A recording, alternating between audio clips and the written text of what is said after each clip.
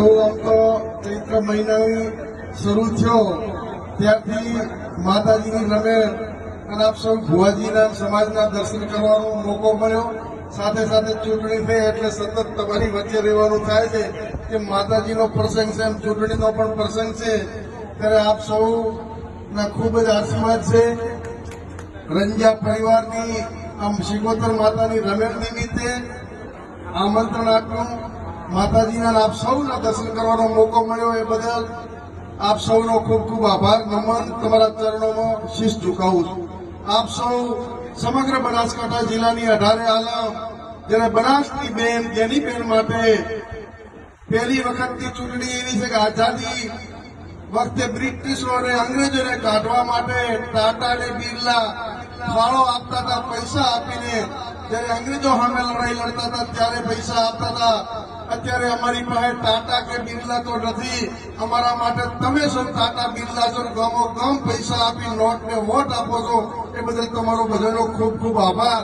અને વિશેષ આભાર તો માલધારી સમાજનો માનું કે આપ સૌએ હર હંમેશા જ્યારથી ચૂંટણી શરૂ થઈ છે ત્યારે તમામ આખા જિલ્લાના સમાજે પ્રેમ જે આપ્યો છે. સૌથી વધુ ધોનેરા હોય, આ ડીસા તાલુકાનો માલધારી સમાજ હોય. તમે મને તમારા દીકરા તરીકે દરેક જગ્યાએ બોલવાની તક આપો, બોલાવો છો ત્યારે હું તો ભગવાનને પણ પ્રાર્થના કરું કે આપ સૌએ જે પ્રેમ આપ્યો છે એ પ્રેમને હું ક્યારેય નહીં ભૂલું. ભગવાનને પ્રાર્થના કરું છું કે આ સમાજે જયારે બનાસકાંઠા જિલ્લાનો માલધારી સમાજ આટલી બધી પ્રેમ લાગણી અને બેનને જીતાડવા માટે તમામ સમાજો છે, રબારી સમાજ જયારે રંગ રાખવાનો છે ત્યારે ભગવાનને પ્રાર્થના કરું કે તમારું ઋણ તો હું ક્યારેય ઉતારી શકું એમ નથી કે મારા મોત પછી મારા ચોપડાના જૂતા રબારી સમાજ પહેરે તોય હું બદલો ના ઉતારી શકું એટલો ડીસાના રબારી સમાજે મને પ્રેમ આપ્યો. ત્યારે જીવવાનું છે તમારા માટે, મળવાનું છે તમારા માટે. આ ચૂંટણી જેનીબેન બનાસકાંઠાના સંસદ સભ્ય થઈ જાય એના માટેની ચૂંટણી નથી. આ ચૂંટણી બનાસકાંઠાનું રાજકારણની કરવટ બદલી દિશા બદલવાની ચૂંટણી છે. બનાસકાંઠામાં બહારના લોકોએ ધોલેરામાં મફતભાઈને વસંતભાઈને સામે લાવે, કોઈ આપણા સમાજને સામે લાવે. ડીસા માર્કેટ યાર્ડની ચૂંટણીમાં બહુમતી રબારી સમાજના બધા લડતા હોય. તમામ સમાજના બીજી માર્કેટ યાર્ડમાં મેન્ટેન મળી જાય, લાખણી માર્કેટ યાર્ડમાં મેન્ટેન ના આપે અને ચૂંટણી રદ કરે એનો બદલો લેવા માટેની ચૂંટણી છે. ત્યારે તમને વિનંતી કરવા આવ્યો છું. લાખણી માર્કેટ યાર્ડમાં આપણા સમાજના દીકરાઓને છૂટા કરે. ડીસામાં પણ માર્કેટ યાર્ડમાંથી 6 દીકરાઓ છૂટા થયા. એ 14 જણા મને મળવા આવ્યા કે હાઈકોર્ટ જવું, પણ હાઈકોર્ટ જવા માટે અમારી પરિસ્થિતિ નથી. આ નિર્માણ પરિસ્થિતિ કોણે કરી? ડીસાનો સંઘ વર્ષો સુધી આપણી પાસે હતો, બહુમતી આપણી હતી. એ સંઘ લેનારા કોણ છે તમે સૌ જોડો છો.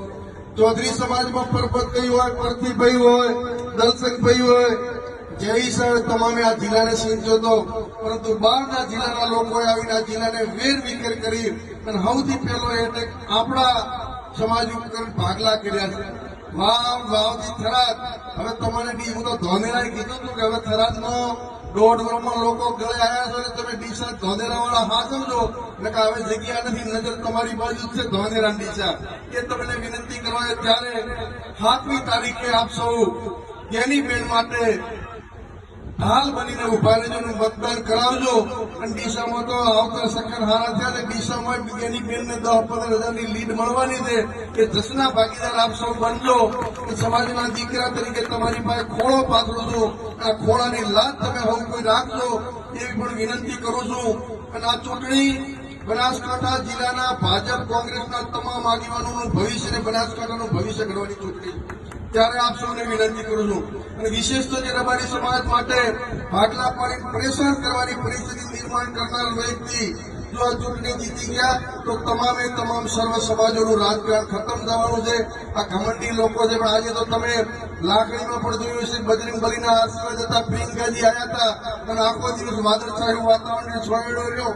કુદરત આપણી હાથે છે. 7મી તારીખે ભારે મતદાન કરી અને બનાસની બેનને, તમારી દીકરી જ્ઞાની બેનને આપ સૌ જીતાડો. એ શબ્દો સાથે આપ સૌનો ખૂબ ખૂબ આભાર. જય હિન્દ, જય ભારત.